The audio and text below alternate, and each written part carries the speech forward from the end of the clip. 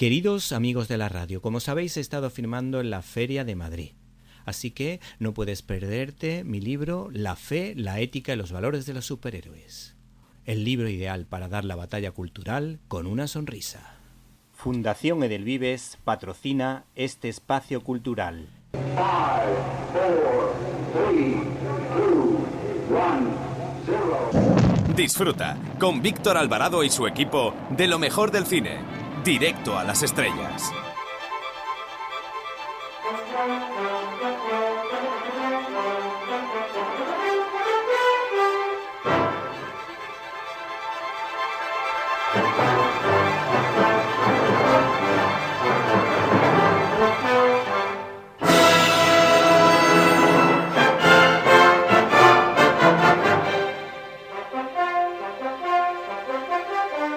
Hola, buenas tardes. Soy Manuel Arias desde el Festival de Málaga. Quiero mandar un fuerte saludo y desear mucha suerte a Directo a las Estrellas. Allí estaremos.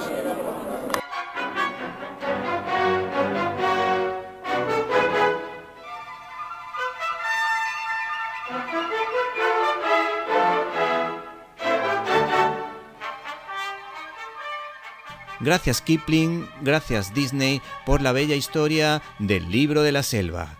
El Libro de la Selva alcanzó altas cotas de popularidad gracias a la adaptación de Walt Disney, que tenía una gran escena además que hacía reír a mi padre a carcajadas, donde Balú hacía de las suyas en su incursión en el reino de los monos, bailando con muchísima gracia. Por otra parte, Disney nos ofreció una bella versión con personajes de carne y hueso, con los valores de siempre antes de que la compañía se hiciese eco de las artimañas de la cultura woke. Y entre una y otra, la cadena Antena 3 nos brindó una serie bastante chula sobre Mowgli y sus amigos. Hay que decir que esta obra lógicamente fue creada por uno de los grandes autores del género de aventuras como Julio Verne, Salgari, Jack London y otros, es decir, Rudyard Kipling, que todo lo que tenía de masón lo tenía de buen escritor. El caso es que tengo en mis manos ese Libro de la Selva, que es una joya de la literatura universal y que cautiva al lector, sobre todo con ese arranque presentado de esa manera tan bella, o ese final hablando del valor de la unidad que hace la fuerza junto a una buena estrategia. Quizá la parte más tediosa, no por interés sino por extensión, sea la historia relacionada con los monos. Bagheera representa al cabeza de familia, poniendo orden y siendo el referente ético del niño, mientras que Balú sería ese padre o esa madre que con su simpatía educa a un hijo con la gracia necesaria de un chaval que se caracteriza por ser juguetón, como todos los niños en general. La trama relacionada con los lobos es de gran belleza, una historia de amistad basada en la lealtad. Todos estos personajes se reúnen en asamblea y los valores de esos animales dejan huella en un ser mitad humano, mitad animal, que es el único indicado para hacer frente a las fuerzas del mal, concentradas en la cabeza, lógicamente, de Shere Khan. Finalmente, esta versión del Libro de la Selva tiene una magia especial gracias a la bella factura que la editorial Edelvives imprime a sus obras, y en este caso al talento de Andrea Serio, que no hace honor a su apellido y nos ofrece una ilusionante historia, sugerente y muy significativa, demostrando su personalidad, la personalidad de esos dibujos y esos coloreados a lápiz, parece ser, que destacan por su belleza.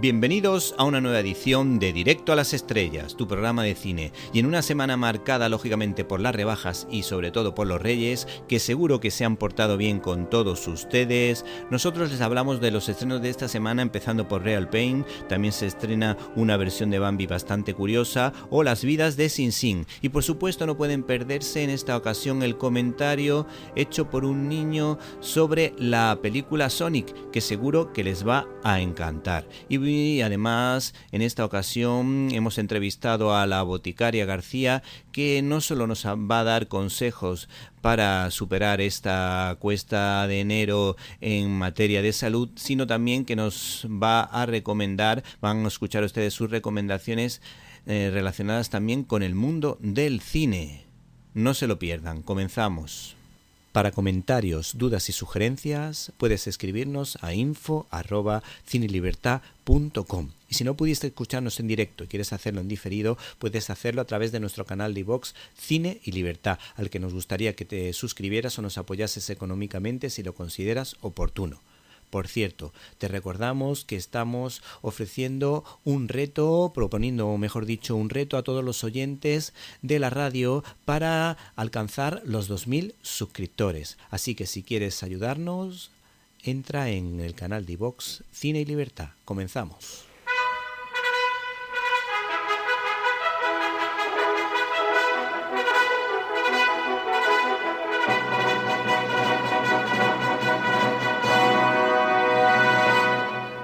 La cartelera.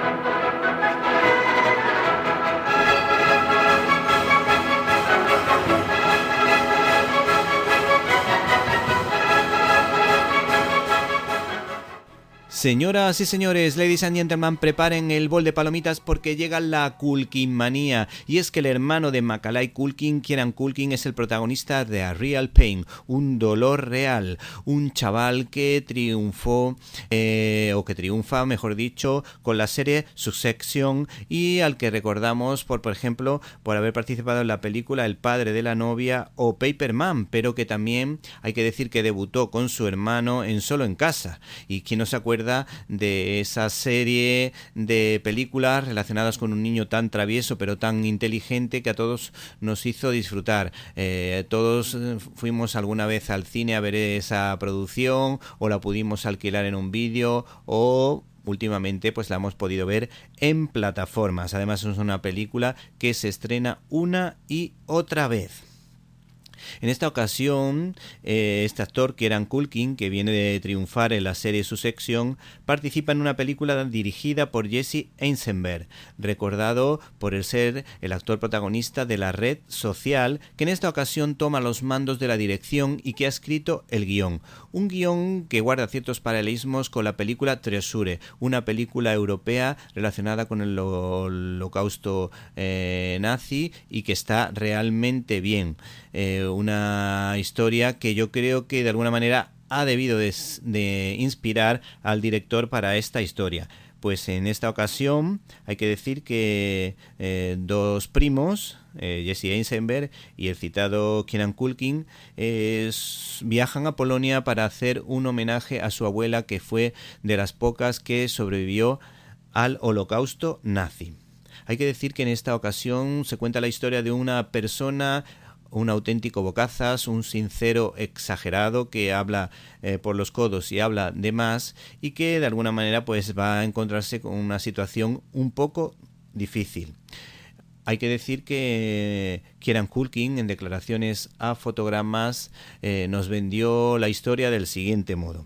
Es uno de los pocos guiones con los que leyéndolo me he reído a carcajadas. Por lo general puede que me guste la historia, pero siempre falta algo que necesito completar. En este caso me encantó el guión, me divirtió el personaje, lo entendí y sabía cómo hacerlo. No tuve que llevar a cabo ningún trabajo adicional y de hecho ni siquiera volví a leerlo durante un año hasta que estuvimos a punto de rodar. Estás escuchando Directo a las Estrellas. Víctor Alvarado.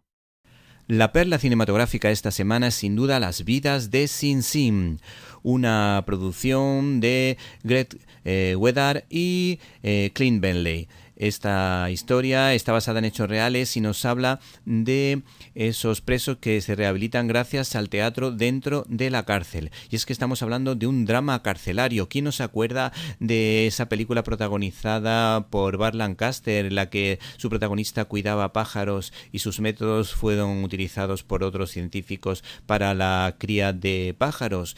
¿Quién no se acuerda de dramas carcelarios tan potentes como Cadena Perpetua, Pena de Muerte o precisamente Huracán Carter, esa historia de ese boxeador que fue condenado de manera injusta por un delito que no había cometido? Pues bien, esta historia es parecida. Nos cuenta la historia de Devin G, que es una persona que fue encarcelada por un delito que no había cometido. El protagonista de esta historia es nada más y nada menos que Colman Domingo, que participó recientemente en un musical titulado El color púrpura, es decir, la versión musical de esa película dirigida por Steven Spielberg. Pues bien, este señor se considera, por lo visto, un jornalero del cine, aunque la verdad que últimamente está teniendo muchísimo éxito, ya que va a participar en la serie The Four Seasons y también estrena recientemente, o próximamente, mejor dicho, Estado Eléctrico. Hay que decir que este señor se considera un jornalero de la gloria, como diría José María García en esas retransmisiones tan intensas de ciclismo, cuando cogía el micrófono y lo nos soltaba, pero que muchas veces nos entretenía a todos. Hay que decir que este hombre viene de recibir un premio y importante del público en el festival SXSW, y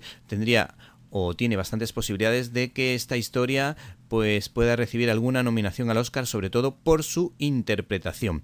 Hay que decir que esto está basado en hechos reales y se cuenta la historia de un programa de rehabilitación a través de las artes.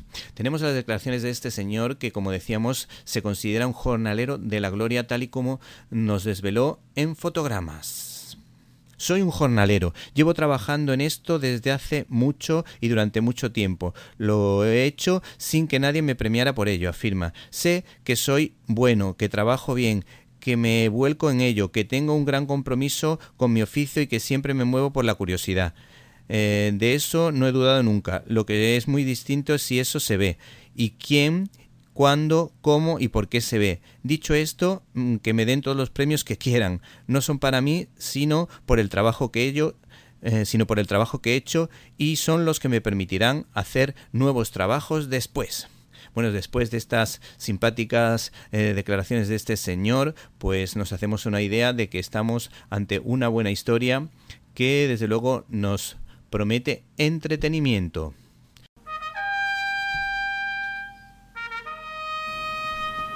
Abrimos nuestro canal habitual de comunicación invitándoles a que entren en Facebook con el nombre Víctor Alvarado _Directo a las Estrellas. Esperamos su comentario.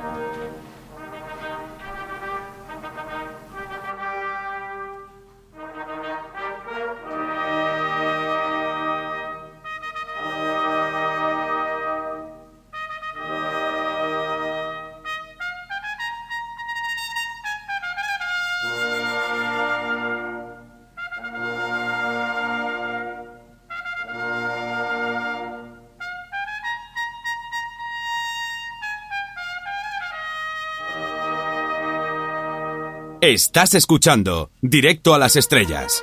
Víctor Alvarado.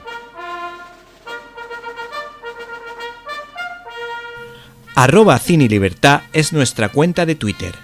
Para escuchar tus agudos comentarios te esperamos en @CineLibertad.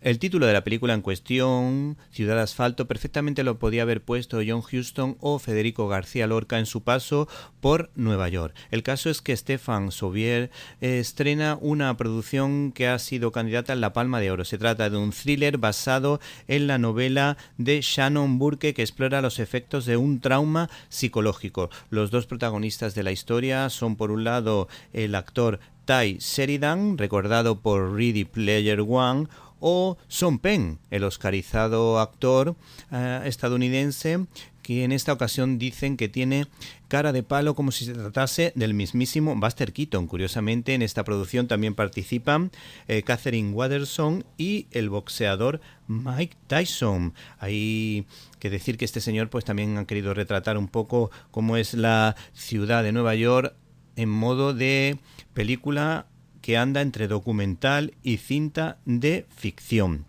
Se trata de una historia que de alguna manera trata de ver lo que pasa cuando hay personas con buena disposición que intentan actuar, intentan ayudar y hacen todo lo contrario.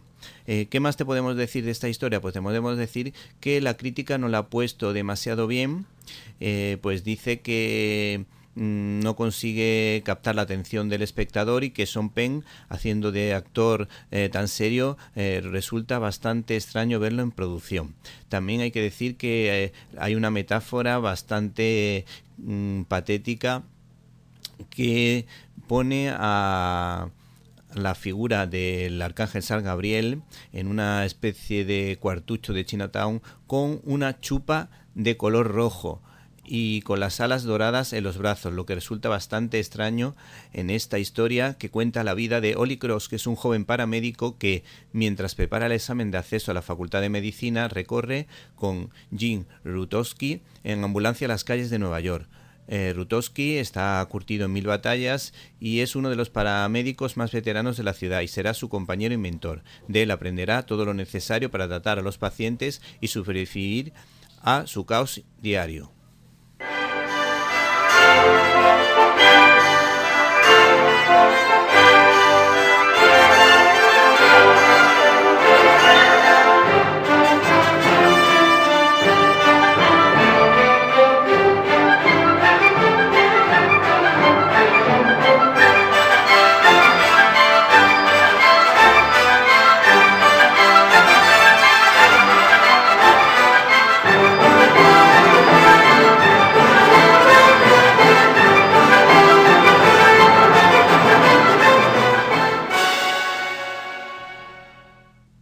Finalmente te proponemos un 2x1 Express, ya que en primer lugar se estrena la película Desmontando un elefante, una producción de Aitor Echeverría, donde podremos disfrutar de las magníficas interpretaciones de Emma Suárez y Natalia de Molina.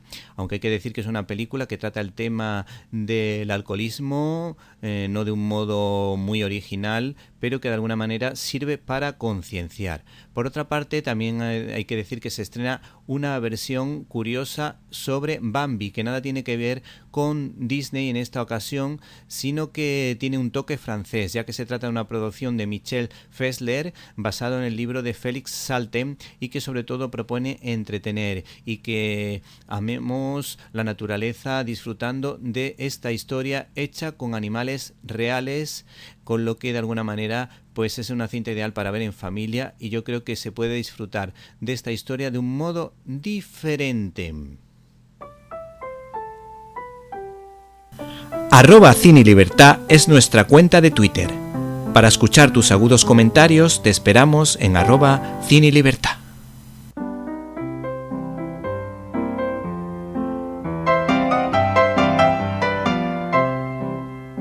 Críticas en un minuto.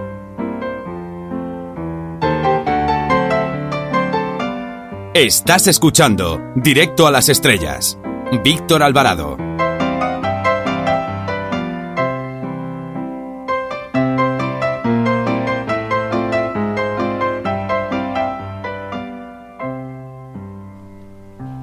El estreno principal de esta Navidad en lo referente a cine familiar es claramente la tercera entrega de Sonic del tripitidor Jez Fowler, su director, basado en el popular videojuego de Sega, un juego en el que jugamos en la infancia, que es el equivalente a Mario Bros. En Nintendo, una saga que sabe entretener tanto a niños como a adultos, que respeta los valores de la familia.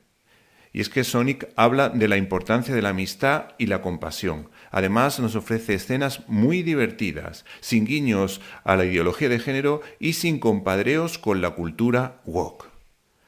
Para hablar de ello, contamos con uno de los fans más importantes de la saga. Nos estamos refiriendo a Javier, que nos va a hablar de ese popular personaje de dibujos animados. Hola. Bueno, ¿cuál es tu película favorita de la saga? La segunda, ¿Por qué? porque me parece más divertida que ninguna. ¿Y cuál es tu personaje favorito? Yo, si tuviese que elegir uno, me quedo con Sonic, que me encanta. Sobre todo cuando se convierte en un erizo y lanza su supervelocidad. Yo no puedo elegir, los tres me gustan mucho. ¿Y quiénes son los tres protagonistas? ¿Qué te podrías decir de ellos y qué poderes tienen? Sonic, que es el líder, Tails, el inventor, y Knuckles, el cachas. Muy bien, cuando te refieres al cachas que está fuerte, ¿no? Sí. ¿Y qué te parecen los poderes que tienen? ¿Qué podrías decirnos de ellos? Sonic tiene la supervelocidad, hacerse una bola como un erizo y puede lanzar rayos, porque algunos dicen que es fuerte, pero yo no le veo mucho de fuerte. Knuckles tiene la supervelocidad, la superfuerza y tiene unos pinchos. Y Tails tiene la supervelocidad, puede volar y tiene superinteligencia. Muy bien, para los que recuerden ese videojuego, hay que decir que Tails en muchas ocasiones ocupaba un papel secundario y siempre iba acompañando a Sonic, aunque Sonic se encargaba de cumplir la mayoría de las misiones, por lo menos en las primeras aventuras. Y si tuvieses que destacar a un personaje favorito, secundario, yo creo que vamos a coincidir en uno, ¿verdad? En Carrel el Zumbao, ¿Y qué es lo que le pasaba a ese señor? que él sabía que existía Sonic en la primera, pero no le creía y se reían de él. Muy bien, intentaba atraparlo, pero como era tan rápido, ¿no? Sí. ¿Y qué me puedes decir de la escena más divertida? A mí la que más me gusta es la del bar. ¿Puedes contarnos cómo hicieron esa escena y qué es lo que te llama la atención de ella? Sí, que lo pongan a cámara lenta, pero esa no es la escena que más me gusta de la primera. La que más me gusta es cuando los tira por el edificio a cámara lenta. Sí, pero cuando estaban en el bar hace como una especie de bromas, como es tan rápido, lo representan a cámara lenta para que veamos las travesuras que puede hacer. ¿Cuál travesura te acuerdas tú? ¿Cuál es la más graciosa de ese bar? Cuando le enrollan con el papel con el papel higiénico. Muy bien. ¿Y qué es lo que te ha parecido mejor y peor de la saga? ¿Qué quitarías? ¿Qué destacarías? Porque a mí me gusta Jim Carrey en alguna película del pasado, como por ejemplo la de Mentiroso Compulsivo o la que hizo con Peter Weir, que estaba muy bien, que era el show de Truman. Pero hay que decir que en otra me saca de quicio, como en el Grinch y sobre todo aquí, en Robotnik. Para mí el único punto negativo de esta historia es que ese actor haga ese personaje porque es que me resulta irritante. La cosa que no me ha gustado es que pongan a Robotnik desde el principio sin barriga o sin calva, porque así no es su personaje en los videojuegos. Luego me ha gustado que vayan poniendo forma en la segunda y en la tercera, pero aunque sea desde la primera la calva o algo, yo se lo hubiese puesto. Y de lo que más me ha gustado que cambien ha sido el modelo de Sonic, que antes parecía como un adolescente. Muy bien. Y ya para finalizar, me gustaría que terminásemos con 3 curiosidades, 3 anécdotas divertidas de la saga, por si nos las puedes contar. La primera es que la primera, Sonic se cuela en la casa de Tom para ver las películas, la noche de películas, y ve a... ¿La película Speed? Sí, que es su película favorita de las que ponen. Y el actor que sale con el teléfono es el mismo que protagoniza a Shadow. Entonces Sonic en la primera le odia, en la primera es un fan, pero en la tercera le odia. Ah, qué chulo. O sea, que Keanu Reeves le pone la voz a ese personaje que me estás comentando, ¿verdad? Sí. Muy bien. Venga, la segunda curiosidad. La segunda es la ropa de Maddie, que siempre indica qué personaje va a salir en la escena postcréditos. En la primera, al final, tiene una ropa amarilla. Y luego sale Tails, que es amarillo. En la segunda, al final, sale con una ropa roja y negra, tal como sale Shadow en la escena postcréditos. Y en la siguiente, en la tercera, sale con una ropa rosa al final, que al final sale Amy Rose, que es rosa. Muy bien, es que hay que decir que esta actriz, que responde al nombre de Tika, una actriz afroamericana que hace el papel de madre en la historia y es muy, muy divertida. Es como si fuese la madre de los personajes de Sonic, es decir, de los 3 protagonistas. Bueno, y ahora si te parece vamos con la tercera. La tercera es que en la segunda el actor que hace de Robotnik, Jim Carrey, dijo que se iba a retirar. Y ni lo hizo, y además en la tercera ya pusieron 2 papeles, el de Robotnik y el de su abuelo. Sí, por si no lo sabíais, era el mismo. Sí, además bailan a un ritmo desquiciante y desesperante, pero aún así tiene su gracia porque ya sabemos que Jim Carrey es un auténtico payaso. Pues muchas gracias, Javier, por tu opinión. De nada. Ahora os voy a contar una última cosa. Yo creo que va a haber una cuarta y ya está confirmada, pero yo creo que va a salir Robotnik, porque a lo mejor puede darse la ocasión de que Shadow se le teletransportase, tal como vemos en el extra final, que él salta a la Tierra, pero a lo mejor él cogió a Eggman y también lo trajo a la Tierra. Bueno, pues gracias por este último apunte. Nos vemos. Un saludo.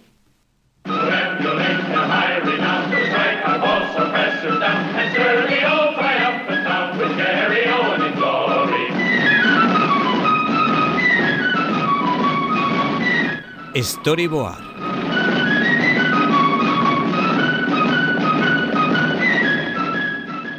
Tras el sacrificio por la humanidad hecho por Tony Stark en la última entrega cinematográfica de Los Vengadores, algunos autores tuvieron la oportunidad de contar la vida de Tony Stark desde otros puntos de vista, pero manteniendo la esencia del héroe. El caso es que la editorial Panini/Marvel ha recopilado una de estas historias titulada Iron Man de Christopher Cantwell, y que contó además con los dibujos de Ángel Unzueta y las portadas nada más y nada menos que fueron para Alex Ross, el rey del hiperrealismo.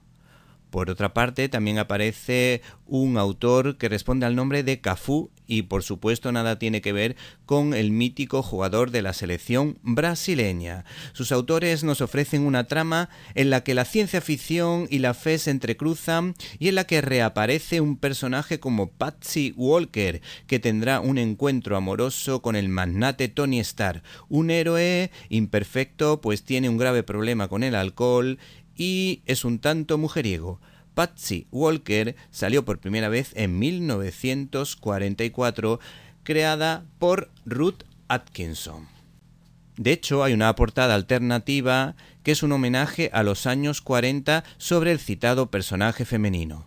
Esta excepcional aventura permite reflexionar sobre el peligro de jugar a ser dioses en el uso de la ciencia cuando se deja la ética al margen de todo. El planteamiento es potente con un arranque simpático en el que Tony Stark se pica con un chaval en una carrera de coches, en la que vemos a su alter ego, Iron Man, que se queda literalmente con un puño clavado en una superficie indestructible.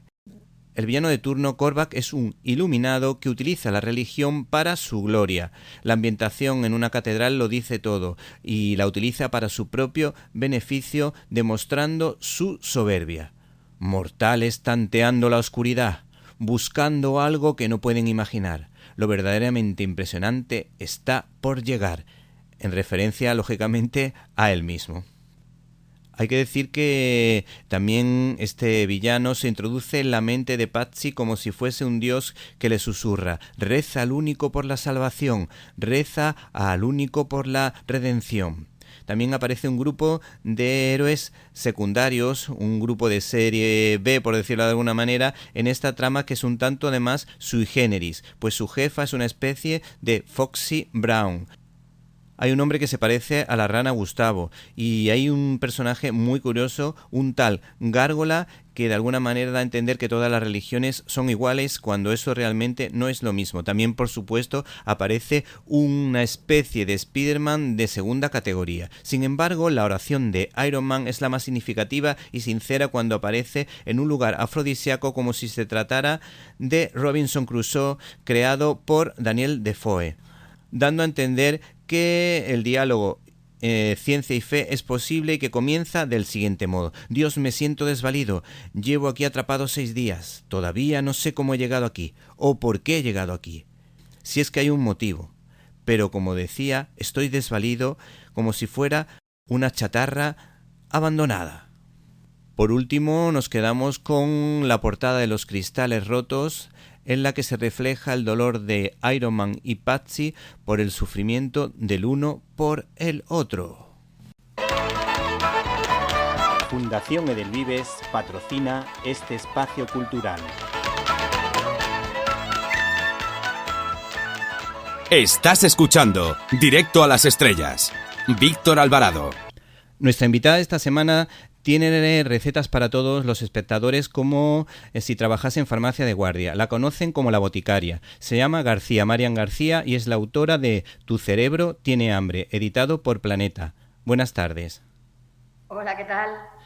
Uno de los apartados más interesantes que dedica en este libro es el de los tipos de hambre, que clasifica, si no recuerdo mal, en 4 grupos, aunque he visto en alguna entrevista que parece que salen 5, y nos gustaría que nos desglosase o nos dijese las claves de cada uno de ellos.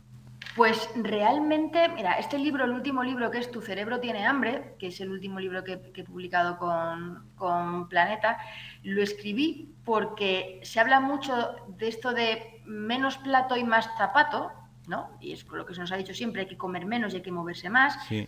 Y esto es verdad, pero hay que tener en cuenta que aunque esto es verdad, no se ha hablado de las emociones y de nuestra relación emocional con la comida y de la parte psicológica. Y nuestro cerebro tiene hambre porque, como bien dices, 5 tipos de hambre son los que yo describo. Hay un tipo de hambre que es el hambre, que a la hora de comer se nos libera la hormona grelina, se llama grelina porque te ruge el estómago. Sí. Del estómago te llega al cerebro y te dice, a mí me dice, Boti, ha llegado la hora de comer, come.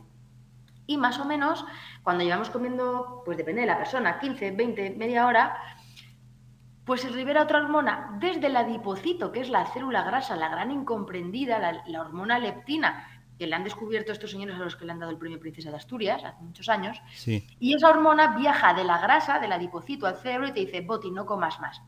Ese es el eje de todo, es el hambre. Pero luego tenemos el hambre emocional, cuando el cortisol corre por nuestras venas, la hormona del estrés. El cortisol, ¿qué hace? Que liberemos más grelina y menos leptina. Tenemos más hambre y menos saciedad. También tenemos otro tipo de hambre, que es el hambre ambiental, que yo lo llamo el hambre culo veo, culo quiero. Aquí la responsable no es la hormona cortisol, es la dopamina. La dopamina es el neurotransmisor del deseo, de la anticipación del placer. Sí. Si yo te digo palmera de chocolate, ¿tú qué piensas? Pues como no me gusta el chocolate, me controlo, pero si me dice, por ejemplo, me pone una ensaimada, pues entonces ya sí se me activa el hambre. Ahí empezarías a salivar como el perrillo de Pavlov. Claro, sí, aquí hay un componente individual muy diferente entre unas personas y otras y hay que tenerlas en cuenta. A lo mejor tú no eres tanto de dulce o eres más de salado, y eso también en el libro yo explico que ser de dulce y de salado está en los genes. Pero en cualquier caso, cuando tú piensas o ves o hueles un alimento que te gusta mucho, se libera dopamina. Y la dopamina es un neurotransmisor que te hace comer más. Tú comes ese bocado a esa napolitana o a esa ensaimada y quieres seguir comiendo más. Mientras que si tú le pegas un bocado a, no sé, a un ramillete de brócoli, sigues comiendo, pero no te apetece comerte 2 cestos de brócoli. Eso, efectivamente, sí.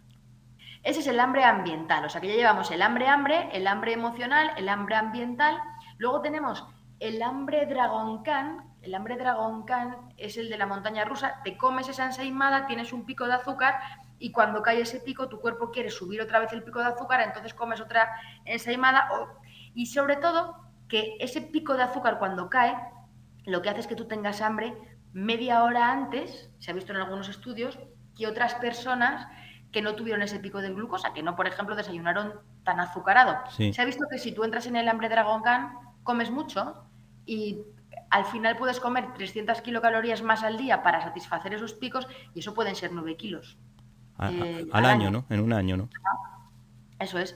Entonces nos quedaría un tipo de hambre que es el hambre hormonal, que es el hambre del adipocito. Ese adipocito que decíamos que enviaba la señal de saciedad, de la leptina, ocurre algo y es que cuando el adipocito está inflamado, ¿cuándo está inflamado? Pues cuando tenemos el adipocito lleno de grasa, ¿no? Sí. Si tenemos muchos adipocitos unos juntos a otros y la sangre no fluye bien entre ellos, ¿qué es lo que ocurre? Pues que el adipocito, si no tiene oxígeno, se estropea.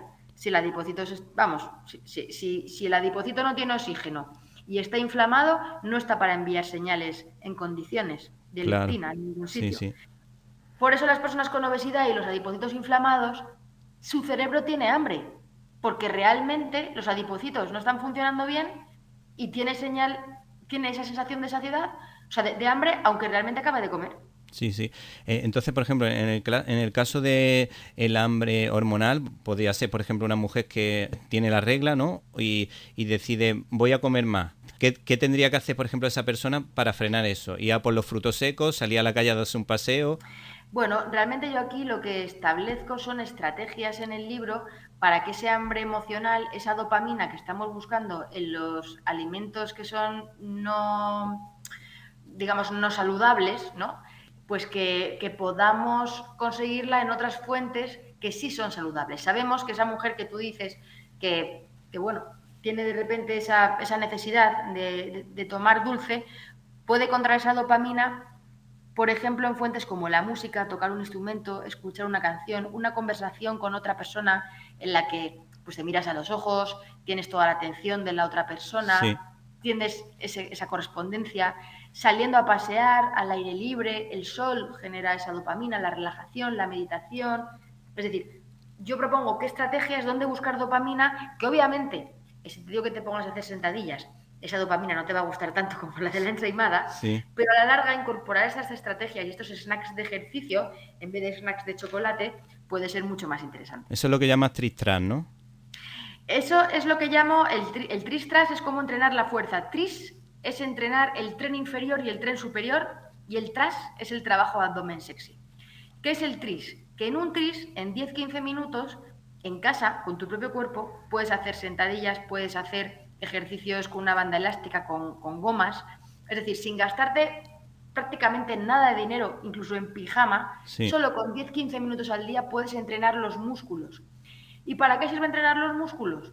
Pues no para ponernos cachas, que también nos podemos poner cachas, Sí. sino que bueno, que eso puede estar muy bien, pero No, sí, realmente la efectivo. ciencia- Yo te voy a poner un ejemplo. Yo hago 3 días de fuerza y luego andado natación o lo que sea, y luego otros 3 días de la semana alternos, pues hago gimnasia de ese tipo, gimnasia de fuerza, pero sin pesas, sin nada, como tú dices, en casa, con sentadillas, con abdominales. Eso me imagino que es la idea que tú quieres transmitir.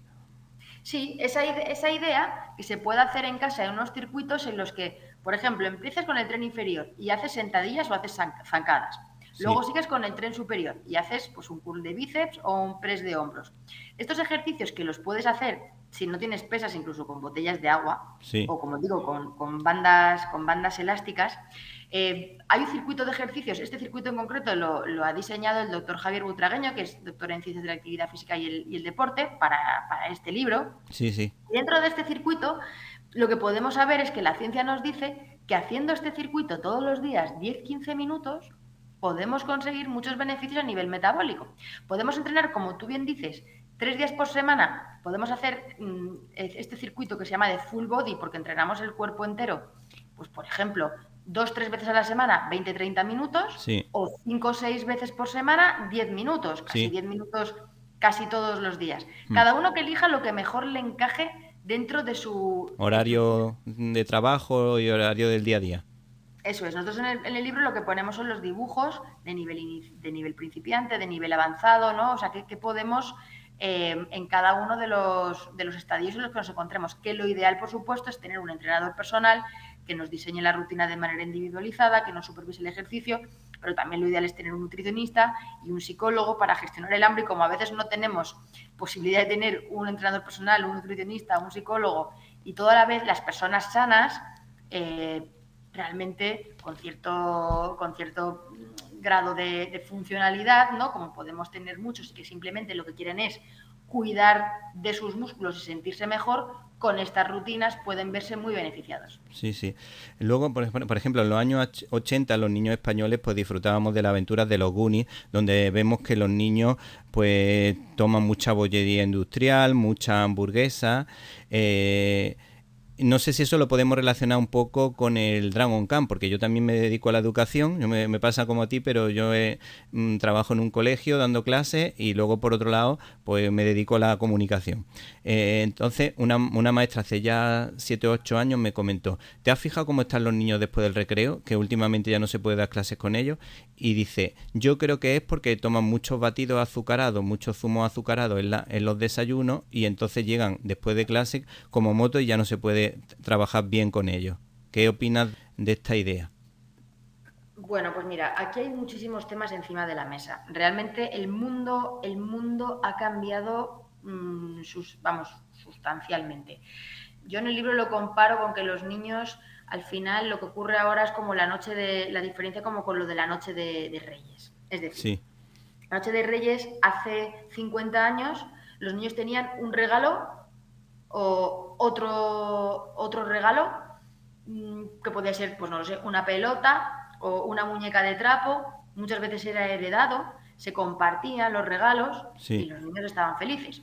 Ahora los niños tienen 3, 4, 5, 6 paquetes, unos en casa de los abuelos, otros en casa de otros abuelos, otros en casa de los tíos. Los Reyes Magos vienen por todas partes, ¿no? Y no están terminando un regalo cuando están con el siguiente, porque es la anticipación del placer. ¿Qué tendrá el siguiente? Efectivamente, sí. Y nos fijamos a veces más que los niños les hace más gracia el envoltorio que el propio regalo. Esto es lo mismo que ocurre con la comida. Sí. Un niño, cuando desayunaba en los años 50, pues tenía su tazón de leche, su pan y poco más. Ahora mismo los niños tienen una cantidad de alternativas para desayunar, para la media mañana, la merienda, súper azucarados, que les llevan a comer más. Y es esa dopamina en la que no están terminando una cosa, quieren la siguiente. No tienen nada que ver la alimentación que tienen ahora y la disponibilidad de productos y de ultraprocesados a lo que había antes. ¿Qué ocurre? Pues que los niños llegan al colegio. La verdad que el tema del desayuno es controvertido, pero llegan con ese hambre Dragon Khan en el que tienen ese azúcar, que cuando llega la hora del recreo también quieren seguir tomando azúcar, ¿no? Sí. Cuando ya son más mayores incluso y pueden ir a la máquina, pues es más preocupante todavía. Y por eso a mí me molesta mucho que en los coles haya el día de la fruta. ¿Cómo Sí. el día de la fruta? Debería ser el día del bollo, ¿no? O sea, todos los días fruta o yogures o alimentos saludables, Sí. y a lo mejor un día haces la excepción, pero el día de la fruta es como que la fruta sea la excepción cuando debería ser el pan nuestro de cada día. Sí, sí. Sí, claro, el tema de la fruta, es verdad que en algunos centros se hacen planes que se hacen varios días seguidos. Lo que pasa es que no toda la fruta se hace. La idea de la fruta, más bien el día de la fruta, es que al menos tomen un día fruta. Y entonces se premia de alguna manera ese tipo de idea. Luego, por ejemplo, una cosa que me ha llamado la atención es el efecto saciante de las proteínas, en la que hablas, por ejemplo, de proteínas vegetales, por un lado, y proteínas basadas fundamentalmente en la carne, o sea, en carne de ave, en pescado, en huevos. Pero luego, por otro lado, también he visto que dices que no es bueno una dieta prohíba todo, pero, por ejemplo, en el caso entiendo que de marisco y de ternera, al estar en la parte más alta de la pirámide, pues no debemos comerlo más de, supongo, 3 veces al mes, una cosa así. Bueno, el marisco, el único punto prohibitivo que tiene realmente es el precio. Pero Sí. a nivel nutricional, comer unas gambas las puedes comer todos los días, y unas cigalas y estupendamente. Ah, no hay problema con eso. Eso no sería un problema.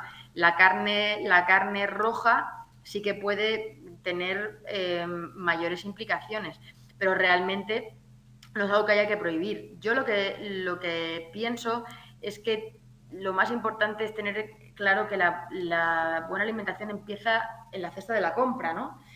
Realmente tú lo que tienes que hacer es en casa, en el lugar donde comas con mayor frecuencia, tener alimentos de los que están en el plato de Harvard, que son los que debemos comer, ¿no? principalmente, y que todas las excepciones que no están en el plato de Harvard o que están ahí en las crestas de las pirámides, que las pirámides muchas de ellas están desfasadas ya, pues realmente limitarlo a esas ocasiones en las que la vida te va a poner sí o sí por delante, porque todo el mundo vamos a irnos de cañas, todo el mundo vamos a tener un cumpleaños, vamos a tener un sábado que vamos a salir por ahí, o un domingo. Es decir, la vida ya nos pone muchas oportunidades de comer alimentos fuera del plato de Harvard en nuestra vida. O sea, que nadie se agobie porque no vaya a comer ternera, porque irá algún momento en un restaurante y le pondrán un chuletón. O sea, esto es algo muy sencillo, ¿no? O sea, en realidad, en el día a día lo que tienes que hacer es que tus alimentos sean nutricionalmente lo más impecables posibles, y luego las excepciones, pues dejarlas para lo que te venga de fuera.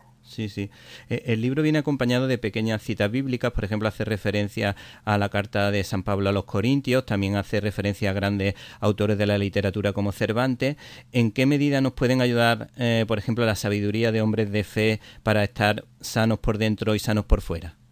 Bueno, yo incluí una cita de Corintios que realmente me parece muy interesante, y es el que siembra poco cosecha poco, ¿no? Sí. En este sentido, siempre se habla de mínimos, y a mí me dicen, oye, Boti, ¿y cuál es lo mínimo de ejercicio que hay que hacer? Bueno, pues si tú haces lo mínimo para cualquier cosa, pues obviamente nunca vas a ser sobresaliente. Es cierto que hay unos mínimos, y científicamente tenemos unos mínimos, y el mínimo, como estamos hablando, es pues esos 10 minutos al día. Sí. Si haces más sesiones de más tiempo, pues será mejor. Pero creo que cabalgamos a hombros de gigantes, y hay grandes enseñanzas, tanto en la Biblia como en otro libro que cito una cita en cada apartado, que es el Quijote, en el que, bueno, hay citas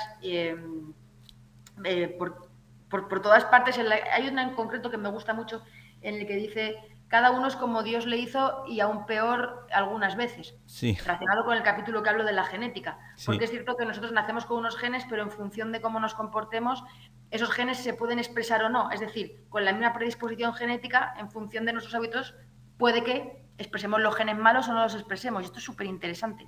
Sí. Y entonces, por ejemplo, a veces se dice, esta persona tiene el problema del gen del alcohol o el gen de la obesidad.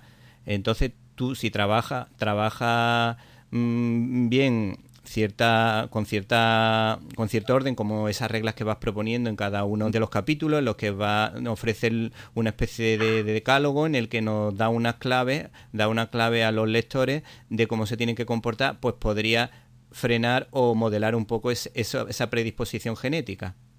Es que realmente el gen de la obesidad como tal no existe. Hay muchos genes que pueden predisponer, pues por ejemplo, a que ahorremos más o menos energía, a que almacenemos la grasa más en la zona visceral o en el tejido subcutáneo, a que gastemos más o menos, ¿no? Seamos más o menos eficientes con la energía. Sí. Entonces, todos estos genes van a depender incluso de lo que coma nuestra madre durante el embarazo.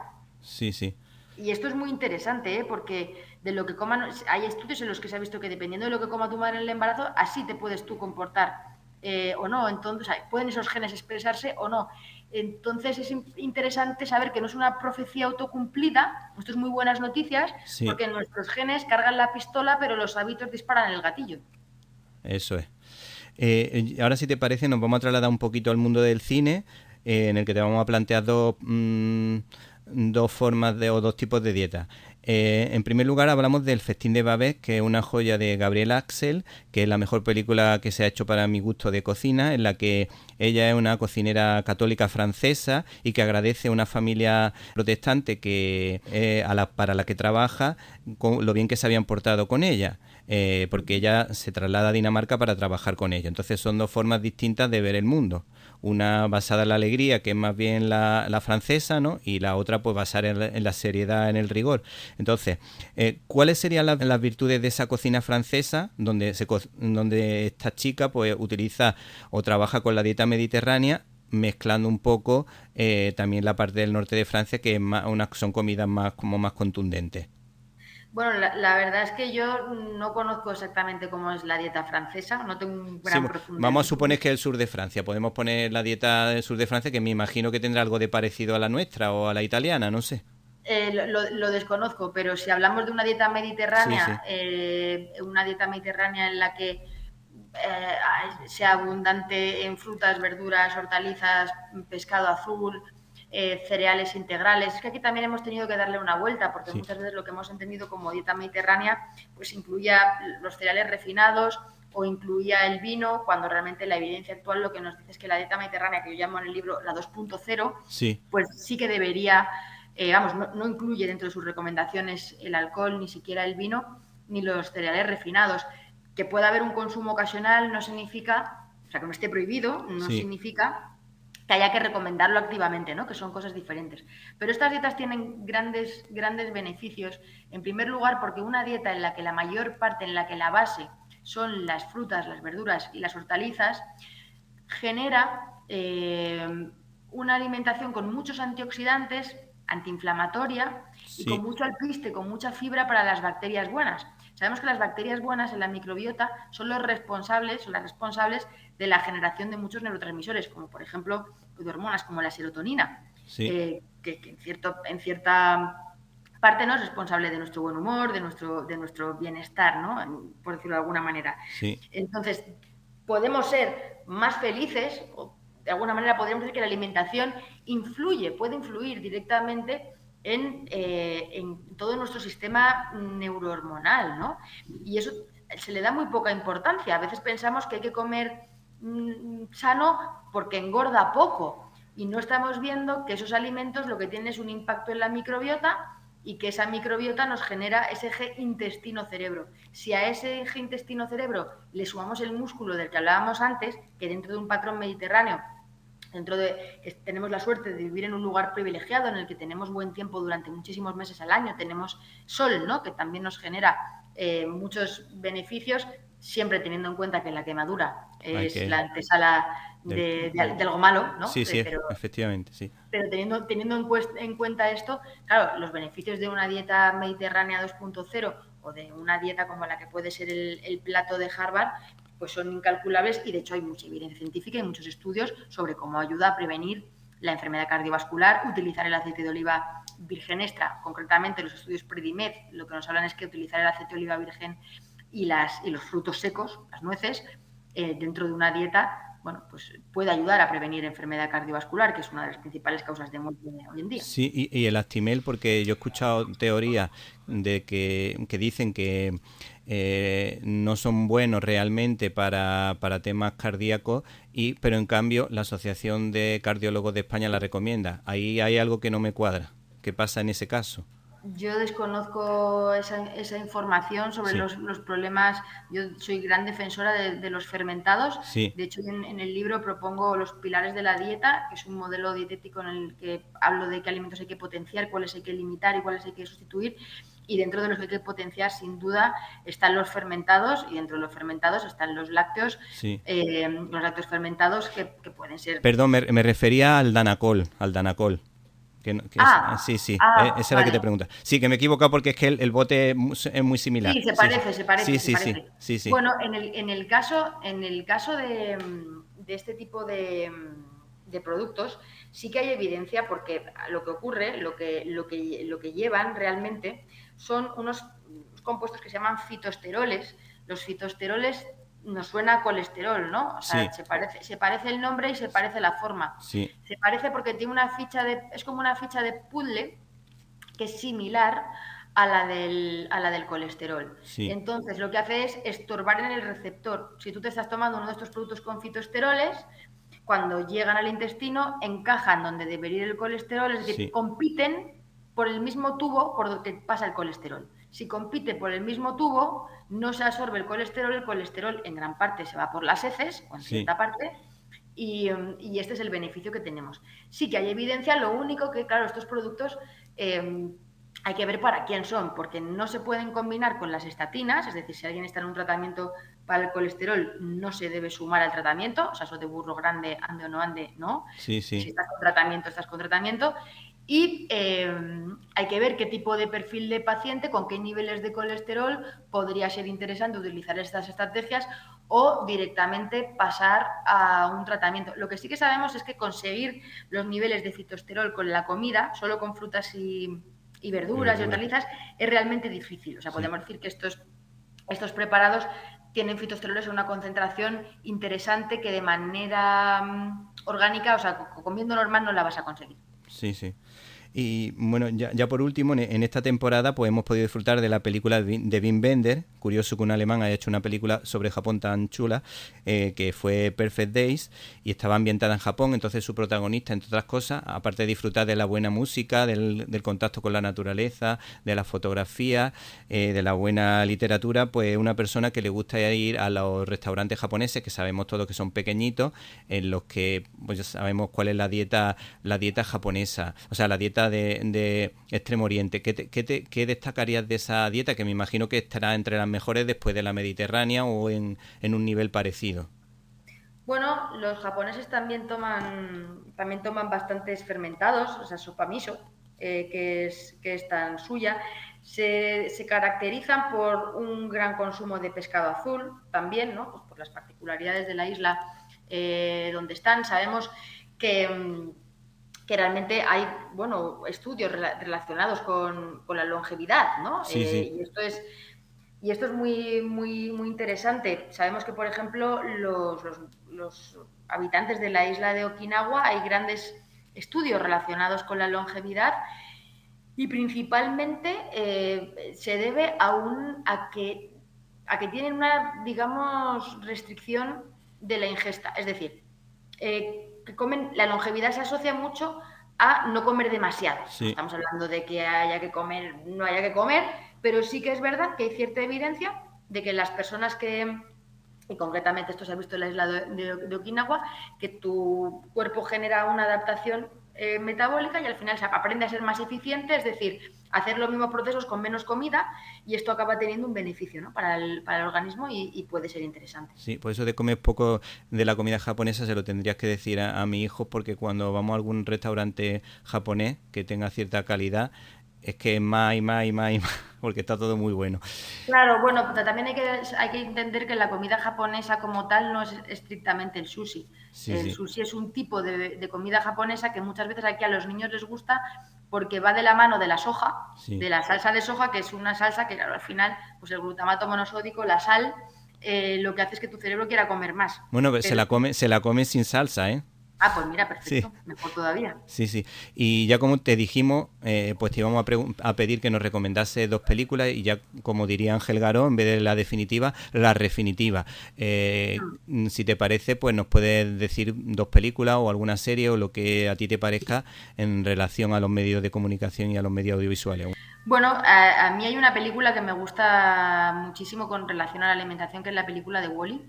Esta película de dibujos animados que tiene ya un tiempo. Sí, pero eso nosotros lo llamamos, los críticos de cine lo llamamos el Pixar bueno. El Pixar bueno, sí. Realmente es una película fantástica porque es casi como ser visionario, ¿no? Y mirar por una ventanita cómo es el futuro, en el que muchas personas en esta peli se ve cómo van en sillas, en motillos, porque tienen unos índices de obesidad tan grandes que no son capaces de desplazarse y van en sus motillos. Sí. En la cesta de la motillo llevan sus perritos calientes, sus patatas fritas, sus palomitas, sus refrescos, ¿no? Y he hecho una crítica, ¿no?, de la sociedad, un retrato de lo que ya nos encontramos. A mí me llamó la atención cuando luego fui a Estados Unidos a un parque de atracciones con mis hijos y vi que realmente la película se había hecho realidad y que en los parques de atracciones había muchas personas que iban en motillos porque eran incapaces de caminar en el parque de un sitio a otro por su propio pie, ¿no? Con las distancias que hay en los parques de atracciones. Yo creo que nos puede servir muy bien para ver esa conciencia. Y luego mi peli favorita es Forrest Gump. Sí. Porque, bueno, es una peli en la que es un repaso maravilloso de la historia de América y en la que el personaje, bueno, pues es capaz de adaptarse a un montón de situaciones.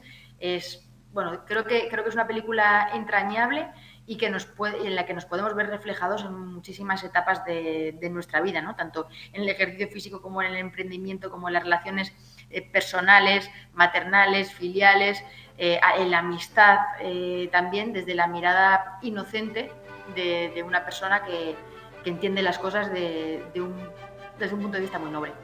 Bueno, pues agradecemos la presencia en nuestro micrófono de Marian García y su libro Tu cerebro tiene hambre, editado por Planeta. Muchísimas gracias.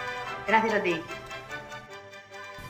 Bueno, llegó el momento de la despedida, pero antes quiero agradecer el trabajo a todo el equipo de Directo a las Estrellas. Un abrazo para Antonio, Irene, Guadalupe, Jaime, Carlos y Javier, sin los que hubiese sido imposible realizar este programa. Espero que usted, y también usted, o tal vez tú, hayas pasado un rato entretenido. Recibe un cordial saludo de Víctor Alvarado y hasta la semana que viene.